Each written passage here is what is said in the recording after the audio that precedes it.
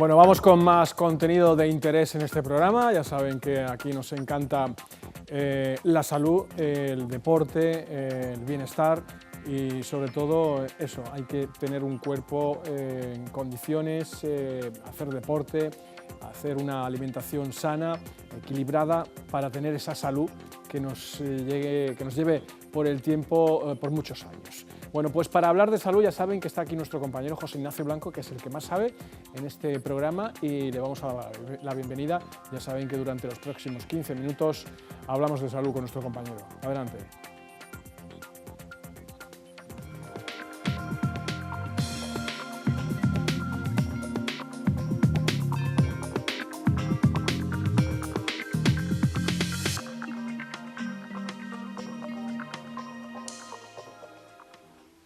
Hola amigos, saludos, muy buenas tardes.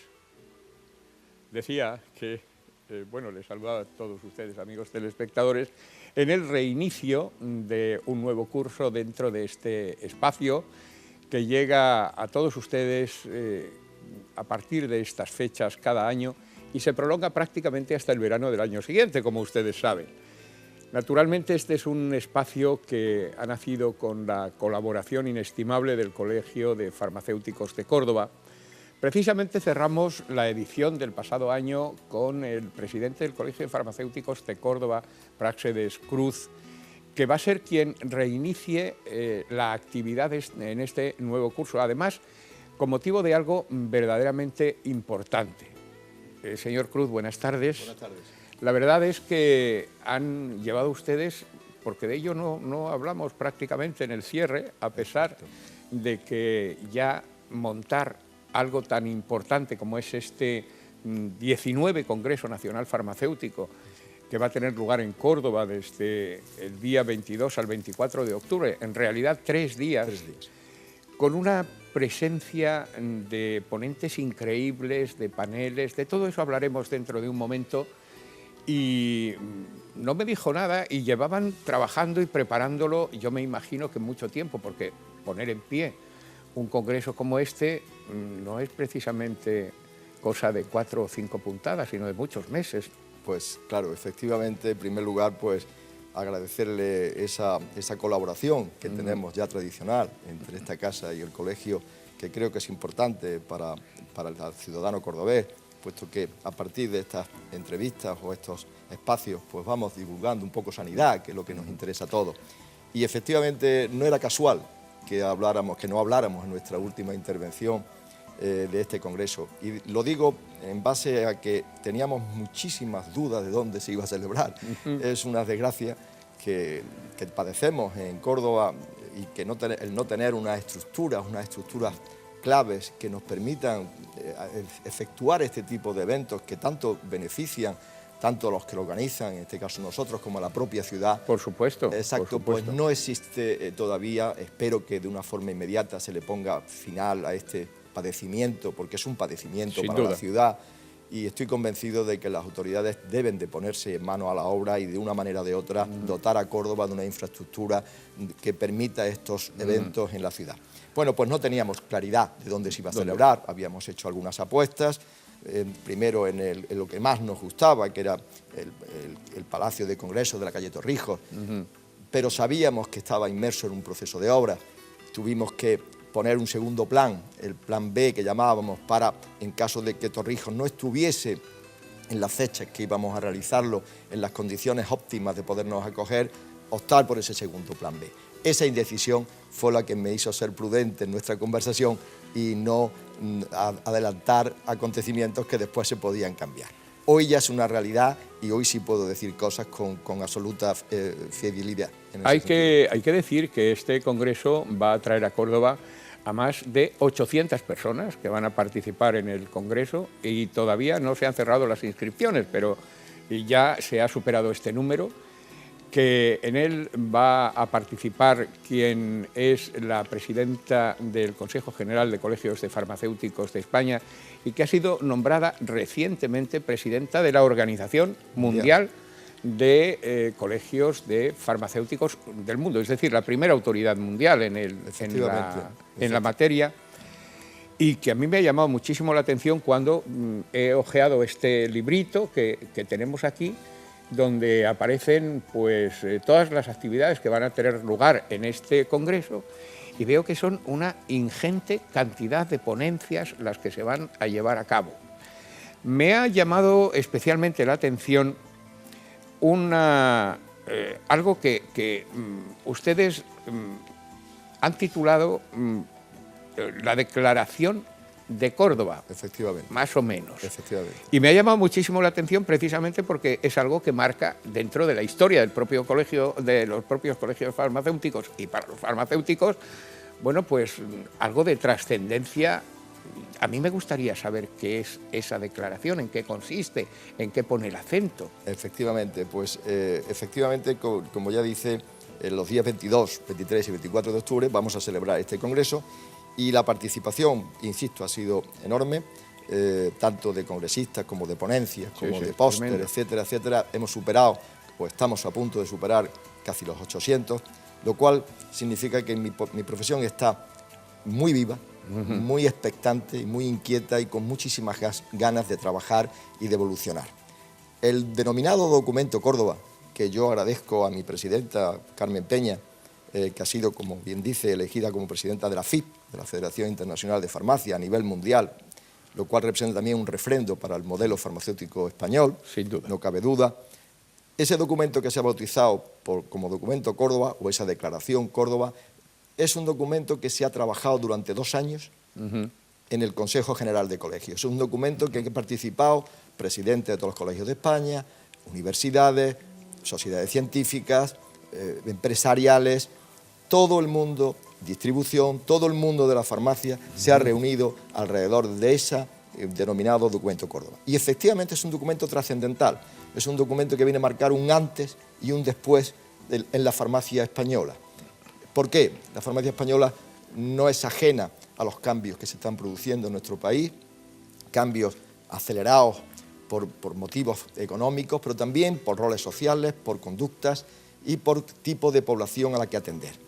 El farmacéutico tradicionalmente ha sabido, y en esta ocasión no va a ser distinto, adaptarse a las necesidades de la sociedad.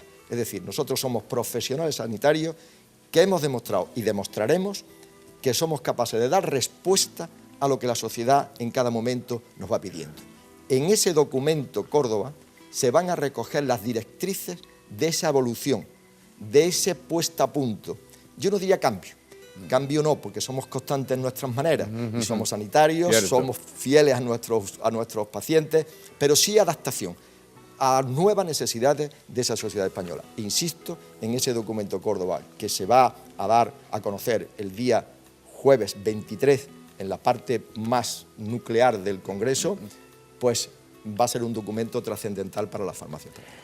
Yo he dicho siempre que el primer agente de salud que tenemos en nuestro país es precisamente el farmacéutico en su oficina de farmacia, y es algo sin duda cierto, porque nos da tranquilidad, porque nos favorece a la hora de una orientación determinada. Hay veces que el médico incluso no conoce en profundidad, sencillamente porque el paciente no se lo dice, por ejemplo, el resto de medicinas que toma, el polimedicado, pues, y sobre todo si es una persona mayor, a veces hasta ni recuerda lo que está tomando, y es el farmacéutico el que detecta, y esto es importantísimo, la incompatibilidad que puede haber entre una medicina y otra, y va a dar respuesta a este problema que en caso contrario hubiera traído ciertos problemas, a veces graves, al propio paciente.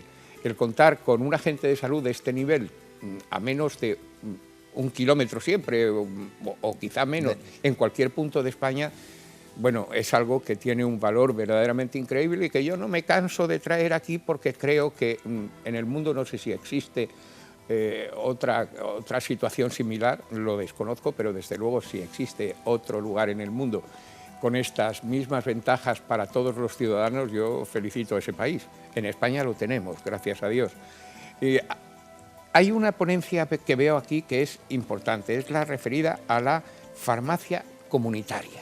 Efectivamente. ¿Qué es exactamente este concepto de farmacia comunitaria? Porque es que yo creo que la farmacia es que de hecho es comunitaria en estos momentos. ¿Qué quieren decir ustedes cuando dicen esto? Hay que aclarar muy bien dos cosas. Primero, yéndonos un poquito para atrás, este es un congreso nacional, lo organiza la organización del Consejo General de Colegios, que es nuestro órgano superior, donde nos agrupamos todos los colegios provinciales.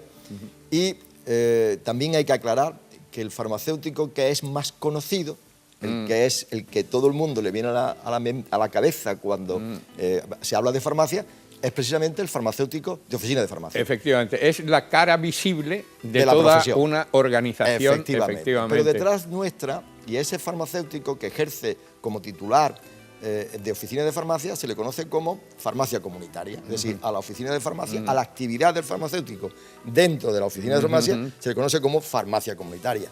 Hay otra farmacia, que es la farmacia hospitalaria, donde trabajan también farmacéuticos, pero en el ámbito del hospital. Y esa es otra parcela de nuestra profesión. Otras parcelas de la profesión es la investigación, la industria, la distribución, la docencia, donde también trabajan la administración, que también trabajan compañeros allí, y son ámbitos de trabajo distintos del de farmacia comunitaria. Una de las ponencias, es cierto que la base del grupo colegial, de los colegiados, son farmacéuticos de oficinas de farmacia, pero también hay una gran cantidad de compañeros que ejercen en otros ámbitos. En la ponencia de farmacia comunitaria es la que se refiere al farmacéutico dentro de su actividad de oficina de farmacia. Y ahí en esa ponencia se viene a poner de manifiesto y se viene a exponer ese cambio, esa farmacia asistencial, ese volver a poner el acento en una atención muy personalizada al paciente. Los pacientes de hoy no son los mismos que los pacientes de hace 15 años. Justamente así comenzábamos nosotros precisamente esta entrevista hoy. Efectivamente, hoy es un paciente crónico, polimedicado, que tiene además una gran dependencia en el eje sociosanitario también, porque es un paciente que o está internado en una residencia o vive en su ámbito de particular, pero necesita una prestación casi un poco domiciliaria, que es la que el farmacéutico puede dar y puede ser muy importante dentro de ese grupo, de ese cuerpo de sociosanitario. El farmacéutico puede ejercer un gran papel. Nosotros apostamos a eso, apostamos a una farmacia más integrada en el sistema sanitario público. De hecho, se han firmado ya acuerdos con el Ministerio para integrar aún más a esa farmacia dentro del sistema sanitario público y a dar a los usuarios de la oficina de farmacia una atención personalizada y adecuada al momento social que estamos viviendo.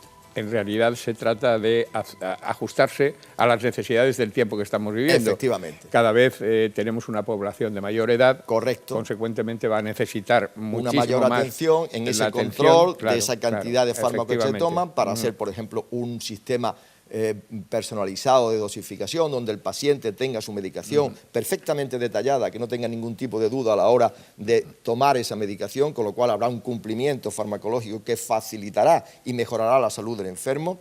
Todas esas atenciones personalizadas y adecuadas son las que se van a poner de manifiesto en este congreso. Ya la estamos haciendo, pero se van a protocolizar, se van a implantar cada día con más fuerza dentro de nuestro ámbito.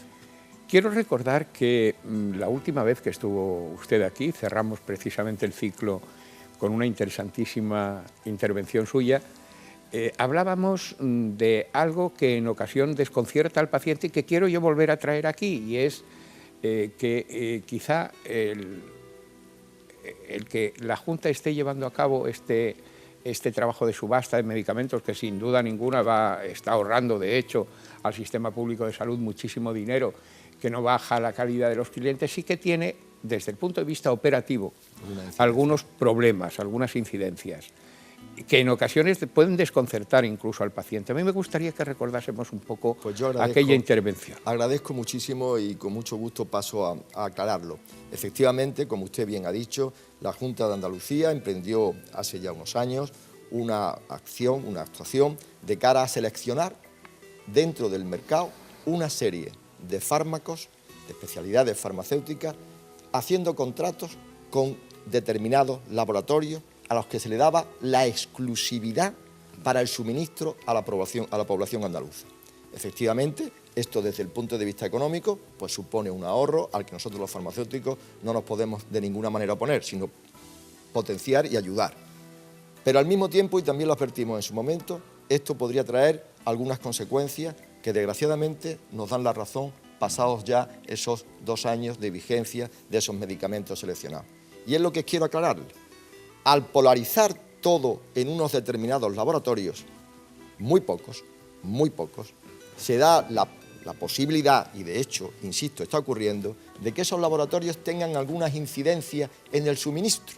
Es decir, por causas ajenas a la voluntad del farmacéutico, se producen lo que se llaman desabastecimientos. No hay cantidad suficiente de fármacos de esa marca concreta que la Junta ha elegido y ha hecho un contrato con ese laboratorio a disposición del mercado. Esto crea un momento determinado un vacío. Claro, cuando ese vacío tiene el respaldo de que existen otros laboratorios que sí están en el mercado nacional, nosotros tenemos que cambiar esa medicación que la normativa nos exige dispensar por otros que existan en el mercado para que el usuario quede cumplimentado en su prestación farmacéutica. Esos cambios de medicación de marca, que no de principio activo, porque el medicamento es el mismo, pero aparentemente en su formato puede dar a desorientación, es lo que quiero dejar muy claro, que no se hace de una forma graciosa por el farmacéutico, sino obligado por la situación en la que estamos viviendo. Y por último, no me gustaría dejar también constancia que ojalá no ocurra que, claro, esos laboratorios que ya no están en el mercado andaluz porque no se les da esa posibilidad de contratación, pues lógicamente abandonan esa parte del mercado, que es otro riesgo de la selección. Con lo cual se podría dar la situación, ojalá no ocurra, de que dado el corte en el laboratorio seleccionado porque no tenga capacidad de suministrar, tampoco tengamos esa segunda parte de la medicación de una forma fácil, puesto que se ha retirado del mercado andaluz. Pero eso todavía no se ha producido. Pero yo hago la advertencia y lo dejo claro y lo pongo en manos de la Administración, que estoy seguro que debe y puede poner remedio a esa posible situación. Porque la alternativa, ¿cuál pues sería, a lo mejor, el modificar un poco esas subastas, dando cabida, a lo mejor, en vez de a un solo suministrador, a 2 o 3 suministradores, para que en caso de deficiencia de uno u otro siempre hubiese la posibilidad de tener esos suplentes, por así decirlo, o esos coseleccionados. Ampliar el mercado un poco en este sentido. Pero termino, y lo hago de forma telegráfica. Tengan la seguridad de que el farmacéutico siempre le va a dar a usted la medicación correspondiente, y no piense que lo hacemos de una forma graciosa cuando cambiamos, sino obligados por la situación y por la normativa. Porque no existe realmente en ese momento el medicamento que ha sido prescrito, que está seleccionado por la Junta de Andalucía, porque se ha producido en un momento determinado una ruptura de stock que crea un desabastecimiento y por tanto nos vemos obligados a 2 cosas. Uno, nunca lo vamos a hacer, a decirle no tenemos el medicamento, por supuesto vamos a dar el que tengamos, pero eso va a hacer que haya un cambio, a lo mejor en un espacio de tiempo muy corto, con lo cual se pierde un poco de credibilidad del paciente, que es el que yo quiero dejar aquí suficientemente claro. El farmacéutico le va a dar siempre el medicamento que la normativa le exige, o en su caso, aquel que le sirva a usted para cumplir su medicación.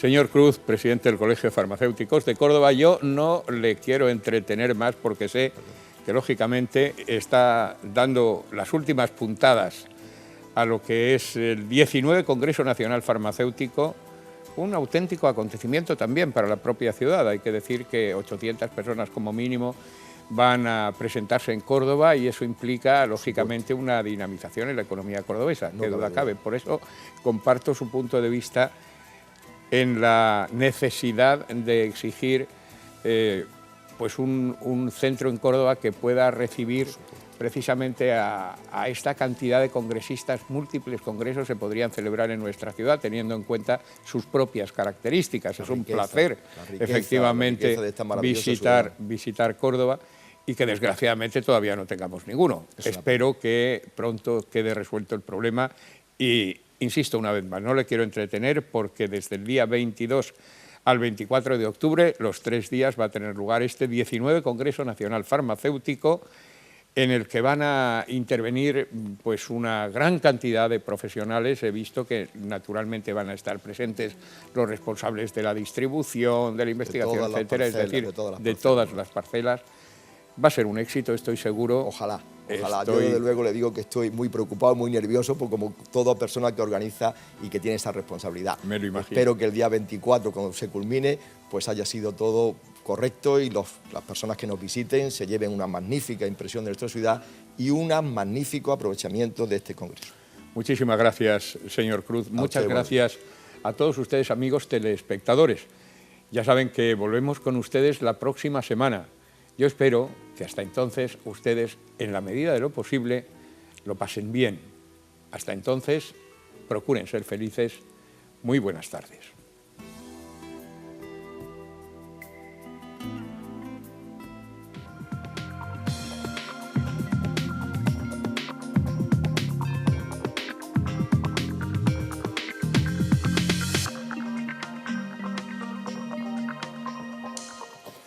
Bueno, pues procuren ser felices, como dice nuestro compañero José Ignacio Blanco, ténganlo en cuenta y nosotros ahora vamos a tener en cuenta que debemos de hacer una pausa porque vamos a regresar enseguida y a la vuelta vamos a seguir aportándole salud a nuestro cuerpo, a nuestro organismo, porque vamos a hacer deporte. Nuestra compañera Lucía Rivas está por aquí, así que esto será dentro de 2 o 3 minutitos. Hasta ahora.